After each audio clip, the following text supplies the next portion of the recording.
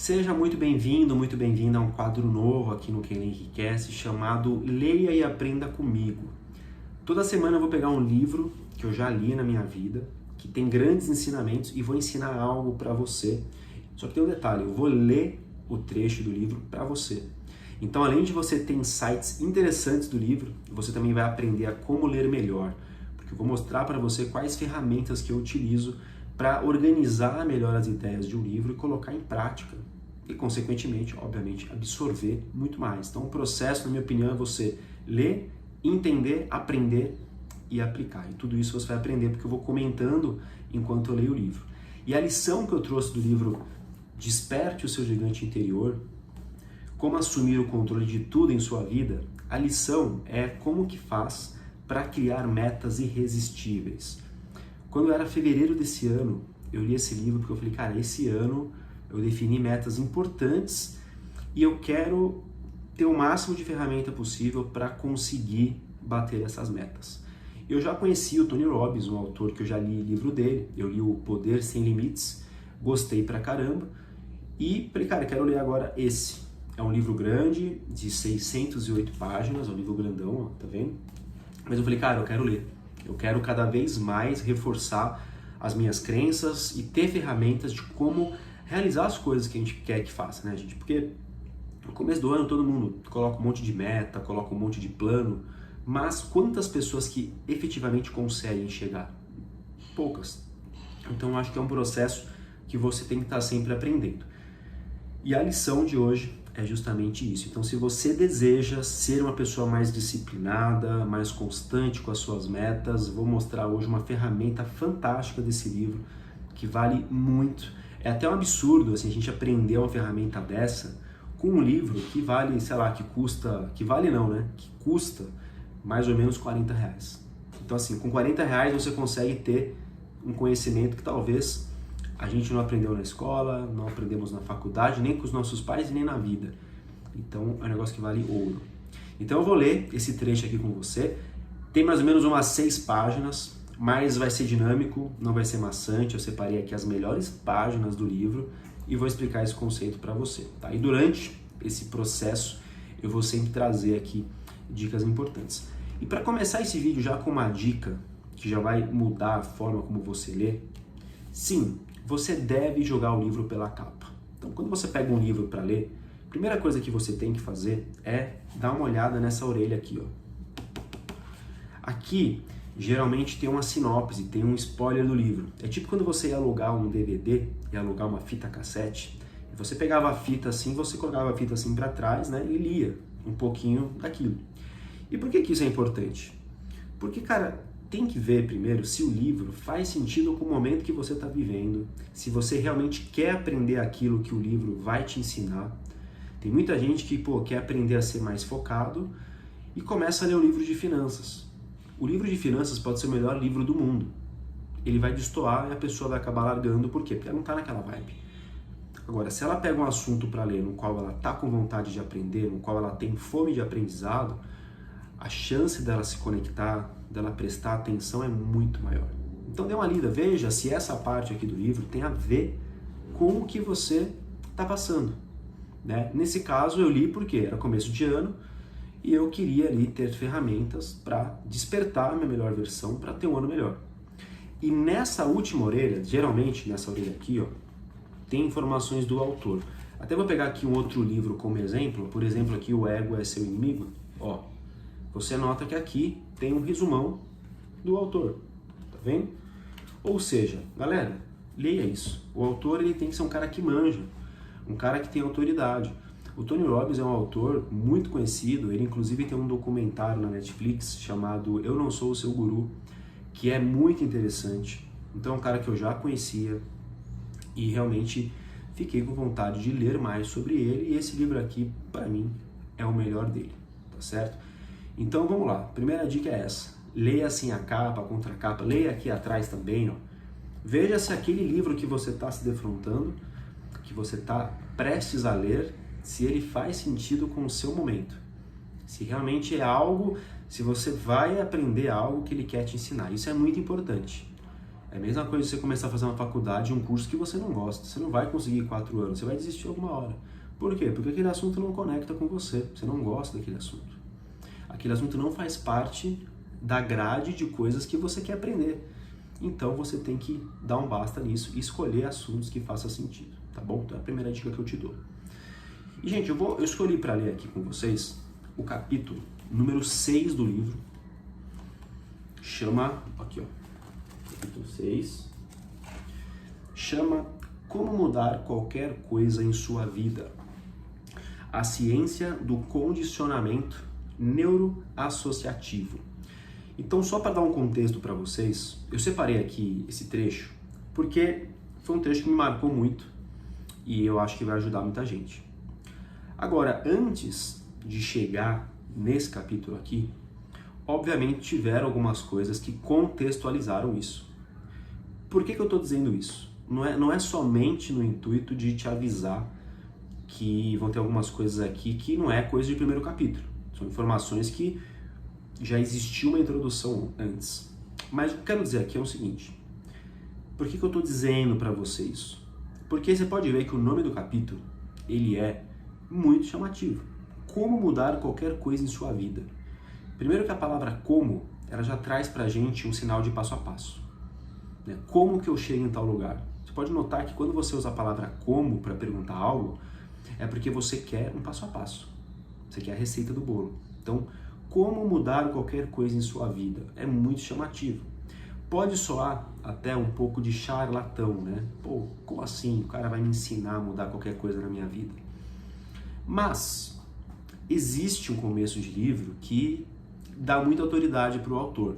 Então é isso que eu quero que você preste muita atenção, porque por mais que você olhe lá quem que é o autor e tudo mais, o começo do livro, geralmente, o autor vai falar sobre algo que você vai aprender e de onde veio aquilo.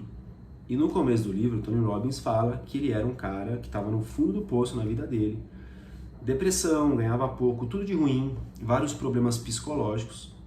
E ele conseguiu despertar a melhor versão dele quando ele começou a estudar sobre neurociência, sobre questões de hábito, de mente, de disciplina. Ele começou a estudar cientificamente o que tinha por trás de você elevar o seu potencial.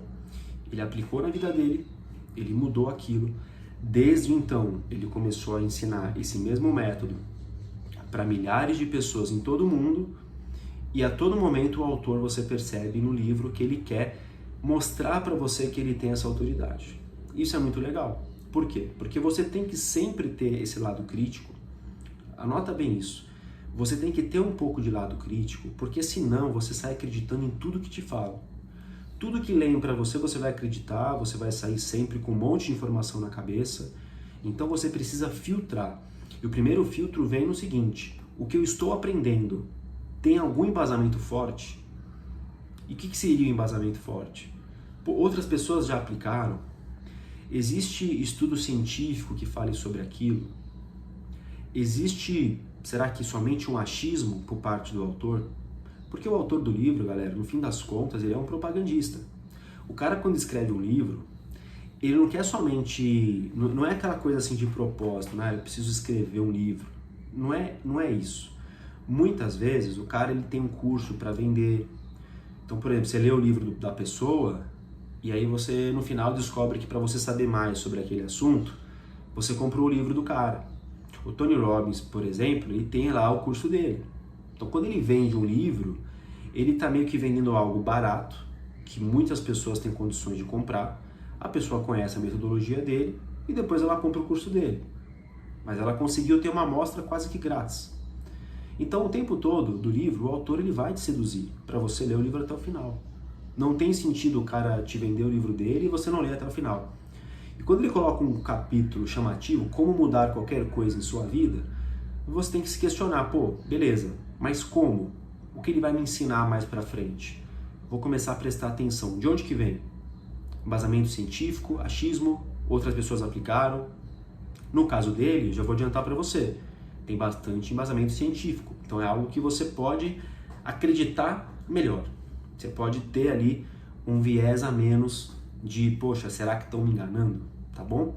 Agora, tem muito livro que você lê e o cara simplesmente tira informações da cartola sem comprovar cientificamente aquilo. Eu vou dar um exemplo aqui do livro Milagre da Manhã. É um livro legal, é um livro que dá para você tirar muitas coisas dele, mas tem algumas coisas nele que não tem uma comprovação científica. Será que você precisa mesmo fazer essas coisas pela manhã? Será que se o autor do livro, que mudou a vida dele com essa rotina matinal, será que se ele tivesse feito isso de noite também não teria dado resultado?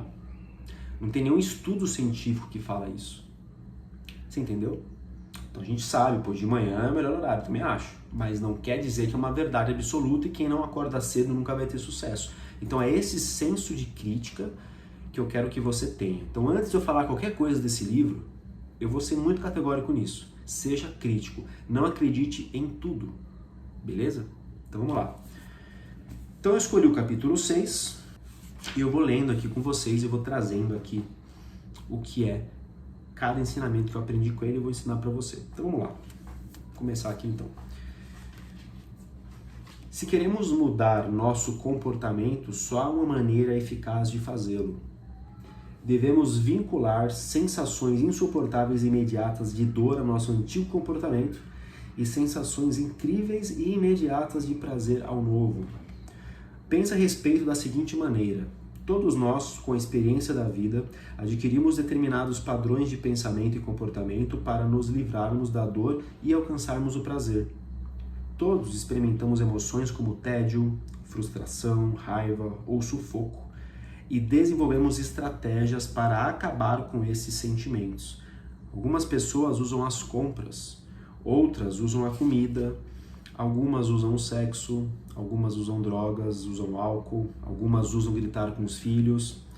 Sabem de forma consciente ou inconsciente que esse caminho neural vai aliviar a dor e levá-las para algum nível de prazer no momento.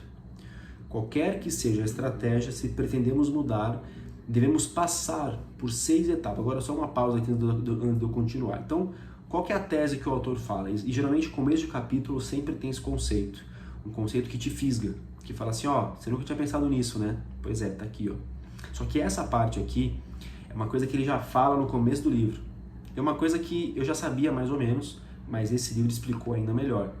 O que que é? As pessoas, elas tendem a tomar decisões se ela sente alguma dor ou se ela aspira a algum prazer imediato.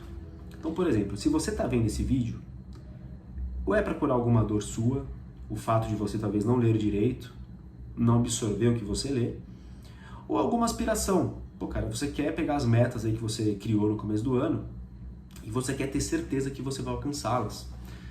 Então, o prazer ou a dor te trouxe aqui. O que ele cita no começo é o seguinte, que, ó, todos nós, com as nossas experiências de vida, a gente está sempre buscando padrões de comportamento que alcance o prazer e nos livre da dor. Então, algumas pessoas, elas compram, estão muito desejo de consumismo, pessoas que compram desenfreadamente, é uma espécie de falta que tem na vida dela e ela precisa ser assim. Outras pessoas alcançam prazer na bebida. Então, muitas pessoas que bebem, não é porque elas simplesmente são viciadas em bebida.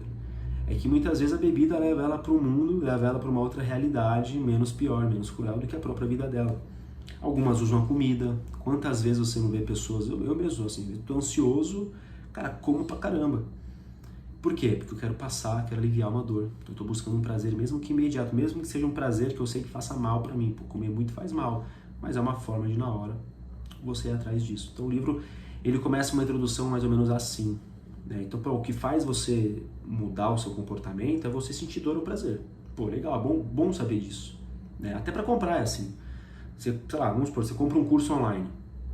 Um cara que te vende esse curso, ele de alguma forma te seduz para pegar a sua dor e falar, meu, você está passando por isso, então compra meu curso. Ou então o curso vai te dar algum prazer imediato, do tipo, meu, você quer aprender tal habilidade para ganhar ainda mais no seu trabalho? Então aprenda isso. Então, dor e prazer são os dois nortes aí que levam as pessoas a ter algum comportamento. Se você não tiver essa dor nesse prazer aí, em busca disso, você provavelmente vai ficar parado, você não vai fazer nenhum comportamento. Então essa é a tese que o autor fala, e ele fala o seguinte, voltando à leitura, ó, Qualquer que seja a estratégia, se pretendemos mudar, devemos passar por 6 etapas, os 6 passos simples que terão como resultado a descoberta de um meio mais direto e fortalecedor de se livrar da dor e alcançar o prazer. Meios que serão mais eficazes e melhores. E aí ele descreve que são os 6 passos do NAC, que é o nome que ele chama esse método, de como criar um caminho direto para sair da dor e chegar ao prazer sem desvios enfraquecedores. Então você vê que é pouca enrolação. Ele já pega, já fala, ó, eu te prometi no começo do capítulo como que você ia fazer essa parada que eu prometi, e é através de 6 passos. E aí, na hora que você está lendo um livro, você se identificou. Então, eu estava lendo o livro nessa hora, eu falei, cara, me identifiquei com isso, meu. Legal. Então eu vou simplesmente anotar isso aqui, cara. Não posso perder essa informação. Mesmo que o livro tenha 600 páginas, cara, pode ser que esse seja o trecho mais importante. Então eu não vou esperar acabar o livro todo para tentar selecionar uma outra. Não, eu quero pegar essa aí. O que eu fiz? Eu tenho uma caneta marca-texto. Falei, cara, eu vou começar a sublinhar essas partes mais importantes e depois eu vou voltar nessas partes para colocar em prática. Eu não quero logo na hora que eu tô lendo, começar a colocar em prática. Não dá, né? Mas eu quero já o quê? Eu quero pegar uma marca-texto e começar a sublinhar os trechos do passo a passo. Por quê? Primeiro que eu já falo para o meu cérebro que aquilo é importante, então eu já vou gravando mais informação. E segundo, quando eu for revisitar essa parte, eu já tenho ali o trecho do capítulo que eu mais gostei, que eu quero ir atrás, que eu quero aprender. E essa é a grande questão. Isso é uma leitura ativa, uma leitura que a gente não faz no colégio, a gente não faz no dia a dia. A gente só lê, a gente vai ler manchete no G1, lê notícia de fofoca, lê o WhatsApp. A gente está sempre lendo no modo passivo. Então muda a chavinha e começa a ler no modo ativo, o modo que você anota, que você usa ali a sua mão para anotar algo. Então quando eu estou lendo algo e vem essa coisa de, vou te mostrar agora 6 passos, a estratégia, já pega a caneta marca-texto e se prepara que ali adiante você vai encontrar algumas informações que podem fazer sentido. Não é uma regra. Então, por exemplo, se você está lendo esse livro, é uma dica de ouro. Se você está lendo esse livro porque você quer, por exemplo, mudar um comportamento seu, você está de saco cheio do eu que você é, da sua rotina, das coisas que você procrastina. O tempo todo, quando você estiver lendo, você tem que ter essa pergunta-chave na sua cabeça, cara. O que eu quero com esse livro? Eu quero ser uma pessoa mais focada. Então, qualquer coisa que eu ache ali que vai aumentar meu foco e tá claro do que fazer, eu vou anotar. Beleza? Então, pergunta-chave sempre na sua cabeça, conceito de pergunta-chave, tá? Uma coisa que eu falo muito no método Conhecimento Sem Limites na Prática, que é um curso que eu fiz, que eu ensino meus alunos a como ler melhor e absorver melhor a leitura. Cara, pergunta-chave. Quando você for ler um livro, tenha sempre em mente o que você quer com ele. Tá assistindo um curso? Por que eu tô assistindo esse curso? Grandes perguntas levam a grandes respostas. Vamos lá. Então ele fala assim, que ele vai me mostrar 6 passos. E aí ele já começa assim, passo 1, que é aqui, decida, passo 1. Decida o que você realmente quer e o que impede de te ter agora. Então ele começa já com esse passo 1, que é o seguinte, você ficaria surpreso se soubesse quantas pessoas me procuravam para um trabalho terapêutico particular e quando eu lhes perguntava o que queriam, passavam 20 minutos me dizendo o que não queriam ou relatando as coisas que não mais desejavam experimentar. Temos de nos lembrar que obtemos o que focalizamos na vida. Se insistimos em focalizar o que não queremos, teremos mais disso. Então, o primeiro passo para você criar qualquer mudança é decidir o que você de fato quer, a fim de ter algo para avançar. Eu até anotei aqui no marca-texto, tá vendo? Por quê? Porque esse é o primeiro passo, decisão. Então, beleza, decisão. Também devemos aprender que nos impede de ter o que queremos. Invariavelmente, o que nos impede de efetuar a mudança é o fato de vincularmos mais dor a promover uma mudança do que permanecer onde estamos. Ou temos uma convicção como, entre aspas, se eu mudar, eu terei dor, fecha aspas. Ou tememos o desconhecido que a mudança pode acarretar. Então, muitas vezes, o que ele fala aqui? Que muitas vezes a gente não consegue decidir. Ele fala assim, toma uma decisão agora do que você quer. O primeiro passo, então, do método dele é você tomar a decisão do que você realmente quer mudar. Mas mudar para o lado positivo. O problema é, quando a gente fala em mudança, vou dar um exemplo aqui. Você está num relacionamento infeliz, você não está mais dando certo com a pessoa que você um dia decidiu ali se juntar. E aí quando você vai pensar em tomar uma decisão do tipo, eu vou largar essa pessoa, eu quero viver minha vida, quero conhecer pessoas novas, quero dar um norte, não é ela que eu quero viver até o resto da vida. Mas quando você pensa nisso, o fato do desconhecido te coloca mais medo. Coisas do tipo, beleza, e se eu largar essa pessoa e depois não arranjar ninguém? Morrer sozinha, morrer sozinho. Vou ficar encalhado, vou ficar pra titia.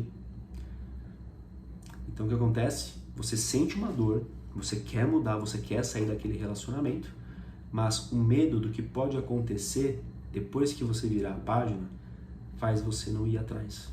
Então ele já fala, ele já planta uma semente em você no sentido de, toma uma decisão e para de querer, no caso, pensar o que vai acontecer. Então, no caso, se a pessoa quer tomar essa decisão de largar o atual relacionamento dela, até dá para usar o mesmo exemplo no emprego. Você está infeliz no emprego, mas fala assim, mas se eu for para outro lugar, talvez lá eu não tenha isso. Aí você sempre começa a justificar algumas coisinhas.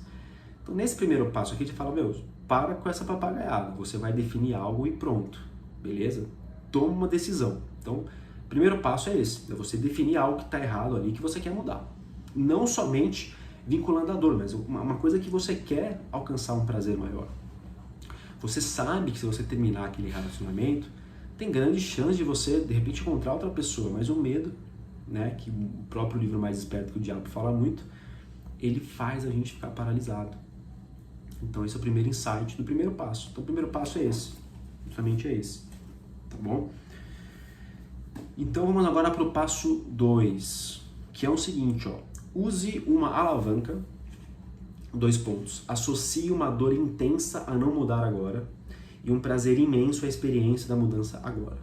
Isso aqui é uma parte muito legal, ele fala da alavanca, de você pegar ali uma dor enorme, aumentar aquela dor ou o próprio prazer imenso para você mudar. E como que ele faz isso? Aí ele começa a contar. A maioria das pessoas sabe que deseja mudar, mas não é capaz de fazê-lo. A mudança em geral não é uma questão de capacidade, é quase sempre uma questão de motivação. Se alguém aponta o revólver para você e diz, é melhor você sair desse estado de depressão e começa a se sentir feliz agora, fecha aspas, eu aposto que qualquer um de nós poderia encontrar um meio de mudar o estado emocional no momento, nessas circunstâncias. Então ele dá o exemplo do revólver para quê? Porque muitas vezes você tem capacidade de acarretar essa mudança que você quer. A questão é que você não tem motivação. Então nesse capítulo ele deixa claro já que ele vai mostrar como que você pode ter essa motivação. Mas o problema, como eu já disse, é que a mudança muitas vezes é um deve e não um tem de ser. Ou é um tem de ser, só que para um dia desses. Ou seja, você até quer mudar e você procrastina essa mudança. Você sempre fala amanhã, semana que vem, e você nunca faz. Por quê? Porque não é urgente. Não é a arma na cabeça. A única maneira de efetuar uma mudança agora é criar um senso de urgência tão intenso que somos compelidos a seguir em frente. Então é você meio que trazer de alguma forma uma motivação que faça você agir agora. Então, ficou mais interessante ainda. Como será que é essa ferramenta, que faz a gente agir agora? Se queremos criar a mudança, temos de compreender que não se trata de uma questão se podemos fazê-la, mas sim o faremos. Se faremos ou não depende do nível de motivação, que por sua vez depende dos poderes gêmeos que moldam a nossa vida, dor e prazer. Então ele volta um pouco na introdução, o que faz a pessoa ter um comportamento é dor ou prazer. Eu entendi isso. E o que ele explica aqui é o que faz você agir agora, que é o que você quer. Porque por mais que você procrastine para tomar essa decisão, você quer tomar ela agora. Mas ele fala que o que faz você agir agora é a motivação. E a motivação está inerente ao que? Ela está justamente ligada a dor e prazer. Então quando você amplifica essa dor e esse prazer, você traz aquele seu comportamento para a data presente. Mas veja bem, ele só está anunciando. Em breve, teoricamente, a tendência é que ele mostre como fazer isso, como usar essa alavanca que ele utiliza aqui. Mas, de novo, ele usa uma introdução bem sedutora mesmo, para quê? Para que você vá avançando, mas por enquanto não está enrolando, tá legal, Vamos ver se vai rolar muito até contar. Cada mudança que você realizou em sua vida é o resultado da mudança das neuroassociações sobre o que significa dor e o que significa prazer. Com bastante frequência, porém, temos dificuldades para mudar porque temos emoções mistas sobre a mudança. Por um lado, queremos mudar. Não queremos adquirir câncer por fumar. Não queremos perder o relacionamento pessoais por causa de nosso temperamento explosivo. Não queremos que nossos filhos se sintam rejeitados porque somos rigorosos demais com eles. Não queremos nos sentir deprimido pelo resto de nossas vidas por causa de alguma coisa que aconteceu no passado. Por outro lado, temos a mudança. Especulamos. Se eu parar de fumar e morrer de câncer de qualquer maneira, depois de renunciar ao prazer que o cigarro me proporcionava. Então, ou seja, um lado seu quer parar de fumar, mas o outro diz, eu paro de fumar e sei lá, amanhã depois sou atropelado. O que adianta? É muito comum ouvir isso das pessoas que querem juntar dinheiro, né? Eu quero juntar dinheiro e tal, mas no outro dia ela fala assim, quer saber? Eu vou gastar com essa bolsa aqui, porque quem garante que eu vou estar vivo amanhã? Né? Guardar dinheiro pra quê? Não leva dinheiro pro caixão? Então é sempre comum essa emoção mista, é isso, né? Você tá sempre nessa dualidade aí. Temos emoções mistas em que ligamos tanto a dor quanto o prazer à mudança, o que deixa o cérebro indeciso sobre o que fazer e nos impede de utilizar os plenos recursos que dispomos para promover o tipo de mudanças que poderiam literalmente ocorrer de um momento para o outro, porque a gente tem essa capacidade, né? Se cada fibra de nosso ser estivesse empenhada, então ele fala assim, cara, a meta aqui é deixar cada fibra sua empenhada para fazer aquela mudança. Para não tenha mais essa dualidade de emoções, né? Você querer e ao mesmo tempo não querer. Como invertemos essa situação? Uma das coisas que faz praticamente qualquer pessoa dar uma virada é alcançar um limiar da dor. Significa experimentar dor num nível tão intenso que você já sabe que tem de mudar agora. Um ponto em que seu cérebro diz, já chega, não posso mais passar outro dia, nem sequer um momento vivendo me sentindo assim. Então nesse caso aqui, você não precisa ainda passar a caneta marca-texto, porque ele só está contextualizando. Quando chegar a parte prática, você vai passar. Mas o que ele quer dizer aqui é o seguinte, que a meta aqui dele é fazer você parar de procrastinar e te passar uma ferramenta que você vai querer decidir agora. Você já experimentou isso no relacionamento pessoal, por exemplo? Interrogação. Persistia, era doloroso, não se sentia feliz, mas continuava mesmo assim. Por quê? Porque você racionalizou que ia melhorar sem fazer nada para que melhorasse. Se sentia tanta dor, por que você não foi embora? Embora fosse infeliz, o medo do desconhecido era uma força motivadora ainda maior. Abre aspas. É verdade, sou infeliz agora. Mas o que aconteceria se eu deixasse essa pessoa e nunca mais encontrasse outra? Pelo menos, sei como lidar com a dor que eu sinto agora. Fecha aspas. Então veja bem, a coisa do desconhecido. Você está num cômodo frio, escuro, ruim, mas você não sabe como que é a porta do outro lado. Vai que é pior. Né? Basicamente é isso. É esse tipo de pensamento que impede que as pessoas de efetuarem mudanças. Um dia, porém, a dor de permanecer num relacionamento negativo se tornou maior do que o medo do desconhecido. E assim você alcançou o limiar e promoveu a mudança. Talvez tenha feito a mesma coisa com o seu corpo, quando finalmente decidiu que não poderia passar mais um dia sem tomar uma providência em relação ao seu excesso de peso. É possível que a experiência que o levou a isso tenha sido o fracasso em conseguir espremer-se no seu jeans predileto. Ou a sensação das coxas grossas roçando uma na outra ao subir uma escada. Ou apenas a visão das dobras e excesso de carne pendendo para o lado do corpo. Ou seja, quando a pessoa faz uma mudança na vida dela, geralmente ela está no fundo do poço. Então, por exemplo, tinha uma pessoa que trabalhava comigo que ela queria perder peso, então ela sempre começava uma dieta, não ia até o final. Quando teve uma vez que o marido dela caçoou dela, fez uma brincadeira com o peso dela, sobre as gordurinhas dela, ela, a partir daquele dia, no dia seguinte ela chegou puta já no trabalho, trabalhava com ela, podia acompanhar isso, falou, cara, quer saber? Só por isso eu vou perder um monte de peso. Aí começou a fazer dieta com a nutricionista, começou o quê? A mudar realmente. Por quê? Porque aquela crítica que ele fez criou um senso de urgência nela. Mas o que o autor quer dizer aqui é que ele vai explicar uma forma de você fazer essa mudança agora sem necessariamente você precisar que alguém caçoe de você ou que você chegue em alguma dessas situações, né? Do jeans não caber em você, da calça não entrar. Uma alavanca, aí ó, você percebe que agora ele usou o termo alavanca, que é o que ele prometeu no começo do capítulo. Então ó, já pega marca texto aí ó, Pode ser que ele já dê as dicas aí de como vai aplicar esse passo número 2. Uma alavanca é um artifício que utilizamos para levantar ou deslocar uma tremenda carga, o que não poderíamos fazer de outra forma. A alavanca é absolutamente crucial para criar qualquer mudança para você se libertar de fardos de comportamentos como fumar, beber, comer demais, praguejar ou de padrões emocionais como depressão, preocupação, medo.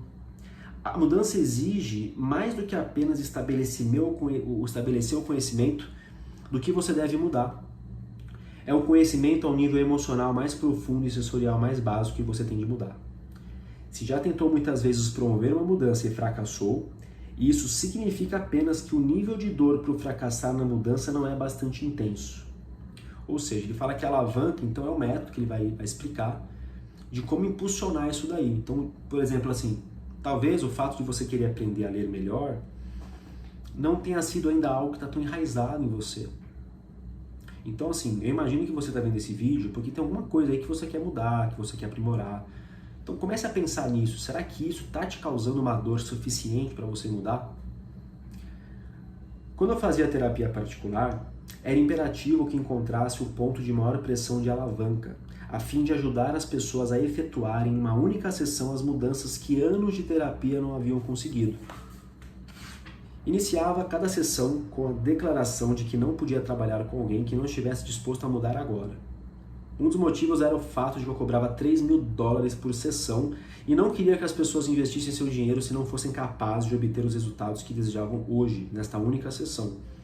Muitas vezes, essas pessoas haviam voado de outras partes do país. A perspectiva de que eu os mandasse de volta sem cuidar do problema motivava os clientes a passarem pelo menos meia hora me convencendo de que estavam de fato empenhados e fariam qualquer coisa para mudar agora.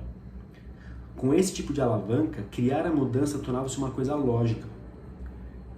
Para parafrasear o filósofo Nietzsche, abre aspas, aquele que tem um porquê bastante forte pode suportar quase que qualquer como, fecha aspas, descobri que 20% de qualquer mudança é saber como, mais 80% é saber porquê. Se reunimos um conjunto bastante forte de razões para mudar, podemos mudar em 1 minuto algo que levamos anos sem conseguir mudar. Então veja bem, 20% você saber como. Todo mundo sabe como mudar. Pô, você sabe como fazer uma dieta, é só você passar no nutricionista.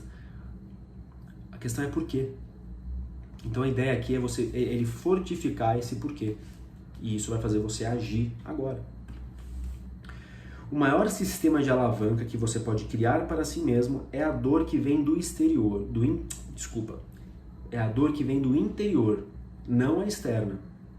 Saber que não conseguiu corresponder aos padrões que fixou para a sua vida é a dor suprema. Se não conseguimos agir de acordo com a visão que temos de nós mesmos, se nossos comportamentos são incoerentes com nossos padrões, com a identidade que nos atribuímos, então o abismo entre ações do que somos nos leva a promover uma mudança. Porque não deixa muito claro ainda, mas ele fala o seguinte, que não é externa a parada é interna mesmo. O que é mais fácil, né? Depende só de você. O sistema de alavanca, criado pela verificação de uma incoerência entre os padrões de alguém e seu comportamento, pode ser extremamente eficaz para levar à mudança. Não é apenas a pressão aplicada pelo mundo exterior, mas também a pressão acumulada por dentro. Uma das forças mais vigorosas na personalidade humana é o ímpeto para preservar a integridade de nossa identidade. Veja bem, então ele fala muito de identidade, muito do interior. Veja bem, por enquanto, ainda não tem uma espécie de passo a passo aqui. O motivo pelo qual tantos de nós parecem contradições ambulantes é o fato de que nunca reconhecemos as incoerências pelo que são. Se você quer ajudar alguém, não vai promover esse tipo de alavanca se apontar seus erros ou mostrar como é incoerente, mas sim fazendo perguntas que levam a pessoa a compreender por si mesmo suas incoerências. Então, assim, não é você criticando alguém, né, no caso. É uma alavanca muito mais poderosa do que atacar alguém. Se você tentar exercer apenas uma pressão externa, a pessoa vai reagir, mas é quase impossível resistir à pressão interna. Então, quando você julga alguém e fala, pô, você precisa mudar por causa disso, por causa daquilo, essa pressão para a pessoa ela é externa. Pelo que ele fala aqui, a questão tem que ser interna. Tem muito mais efeito. Esse tipo de pressão é um instrumento valioso para usar em você mesmo. A complacência gera estagnação. a menos que esteja extremamente insatisfeito com seu atual padrão de comportamento. Você não será motivado a promover mudanças necessárias. Vamos encarar a verdade. O animal reage à pressão. Então, por que alguém não muda quando sente e sabe que deve mudar? É que as pessoas associam mais dor a promover a mudança do que a não mudar. Aquele velho exemplo. A pessoa, às vezes, ela tem mais medo de ficar sozinha para sempre do que continuar com alguém estando infeliz com a pessoa. Para obter a pressão de alavanca genuína, faça a si mesmo perguntas que induzam a dor. Por exemplo, quanto vai me custar se eu não mudar? Então aqui é o ponto-chave dessa parte, que aqui ele começa a deixar todo aquele contexto dele prático. Então é nessa hora que você pega a sua caneta marcar texto e fala, opa, veja bem, meio que ele fala o que você tem que fazer, ó. Né? Faça a si mesmo essa pergunta. Ele está falando, cara, faz isso. A maioria das pessoas permanece ocupada demais para avaliar o preço da mudança. Mas qual é o preço de não mudar? Veja bem, beleza, você não precisa mudar, mas o que vai acontecer se você não mudar? O preço de você não tomar a decisão. Ninguém se faz essa pergunta, né? Em última análise, o que faltará em minha vida se eu não efetuar a mudança? Interrogação. O quanto já me custa em termos mentais, emocionais, físicos, financeiros, espirituais? Fecha aspas, interrogação. Então, quanto vai me custar, né? Mentalmente, fisicamente, financeiramente, espiritualmente. Então você começa meio que, automaticamente você consegue visualizar que essa dor está aumentando aos poucos. Faça com que a dor de não mudar lhe pareça tão real, intensa e imediata que não poderá adiar a ação por mais tempo. Então, bem que ele está construindo aqui, veja bem, são 6 passos, a gente está no segundo, está usando a alavanca, e a alavanca pelo jeito é você aumentar ali a sua pressão interna, né? Se isso não criar bastante força de alavanca, então focalize como isso afeta as pessoas que você ama, seus filhos, parentes, amigos. Muitas pessoas fazem mais pelos outros do que por si mesmas. Assim, projete com os detalhes mais nítidos como o seu fracasso em mudar terá um impacto negativo sobre as pessoas que lhe são mais caras. Ou seja, pô, cara, se eu não mudar, vamos supor, você fuma. Se você não parar de fumar, o que vai te custar?